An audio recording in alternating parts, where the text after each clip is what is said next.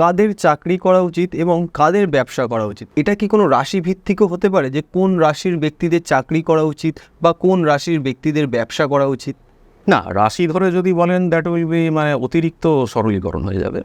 রাশি অনুযায়ী মানুষের ক্যারেক্টারিস্টিক মেন্টালিটিটা হয়তো রিফ্লেক্টেড হতে পারে, কিন্তু 12টা রাশির মধ্যে আমি আলাদা করে সেগ্রেগেশন করা যাবে না যে এই 12টি রাশির জন্য চাকরি ভালো বা 12টি রাশির জন্য ইন্ডিপেন্ডেন্ট বা ব্যবসা ভালো। হ্যাঁ, তবে একটা বিধান পরাশরী হোরাতে পরাশর দিয়ে গেছেন, সেটা হচ্ছে যে আমাদের 7th হাউস থেকে 12th হাউস যদি দেখি, এটাকে বলা হচ্ছে ভিজিবল হাফ, অর্থাৎ দৃশ্যমানের অর্ধেকটা হরোস্কোপের।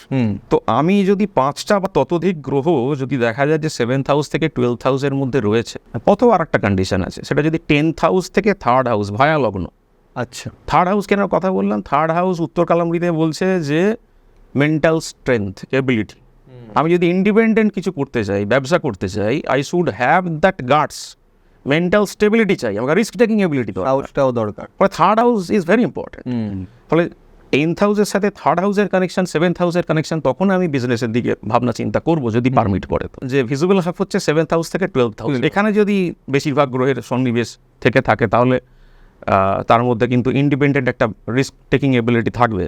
আর ওটা যদি প্যারামিটারটা ওয়ার্ক নাও করে, সেক্ষেত্রে 10th হাউস থেকে 3rd হাউস ভায়া লগ্ন হয়ে আর কি, এখানে যদি 5 বা ততোধিক গ্রহ থাকে, সেক্ষেত্রে কিন্তু তাদের আমি দেখেছি যে ইন্ডিপেন্ডেন্ট দিকে যাওয়ার একটা প্রবণতা থাকে।